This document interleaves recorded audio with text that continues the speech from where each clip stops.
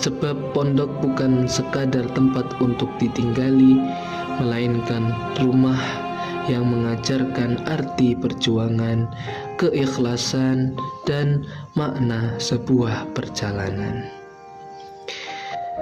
Ayah, ibu, terima kasih telah mengantarkan kami ke pesantren. Doakan kami agar selalu istiqomah dalam kebaikan, agar suatu hari nanti kami pulang bukan hanya membawa ilmu, tetapi juga membawa akhlak yang baik. Karena setiap langkah yang kami jalani di sini adalah bagian dari doa ayah dan ibu.